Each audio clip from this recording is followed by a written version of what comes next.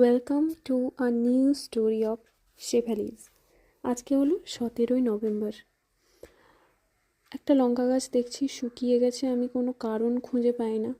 গাছে জল টল দিয়ে আমি কিছু থানকুনি পাতা তুললাম, ধুয়ে জলের সাথে খাবো, মানে দিদাকে দেখি খেতে, তো সেখান থেকেই আমি ওইটা শুরু করেছি।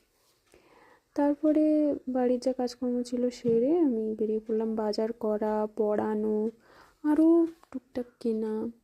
মোটামুটি আমার 11টা থেকে 1টা বেজে গেল এইসব করতে। তো এটা হলো আমাদের সুপার মার্কেট, আমার বাড়ি থেকে বেশ দূর। তো যখন পড়াতেই যাই বা কোনো কাজে যাই তখন বাজার করে নিয়ে আসি। দেখো শীতকালে উঠেছে হচ্ছে খেজুর গুড়, সেটা তো সবারই প্রিয়, আশা করি রুটি ফুটির সঙ্গে খেতে ভালোই লাগে। আবার বিকালবেলা ছিল স্যারের সঙ্গে কিছু কাজ, তো পোটলা পুটলি